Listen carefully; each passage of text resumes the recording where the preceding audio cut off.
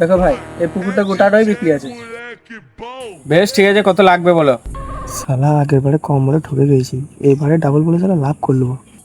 20 লাখ টাকা দেবে? হাট, এটা 20 লাখ টাকা পুকুর মনে হচ্ছে তোমাকে দেখে? 15 লাখ টাকা দেবো। না না, অত কমে হবে না।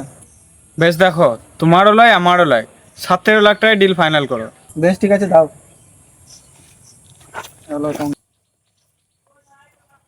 কম নাই তো? না না, 10-12 হাজার টাকা বেশি হবে তাও ভালো, কিন্তু কম হবে না। ও বেশ, তাহলে রেজিস্ট্রিটা কার নামে করবো? দাঁড়াও, আসছে আমার লোক, ওই তো চলে এসছে। দাদা কই, কোন পুকুরটা? ওই দেখো, ওই সামনে পুকুরটা দেখতে পেয়েছো? ওই পুকুরটা। কত লাগবে? ওই 40 দিবে।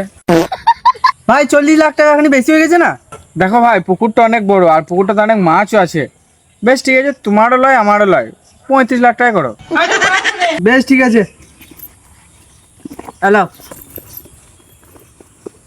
বেশ ঠিক আছে ভাই, তাহলে ওর নামে জায়গাটা রেজিস্ট্রি করে দিও।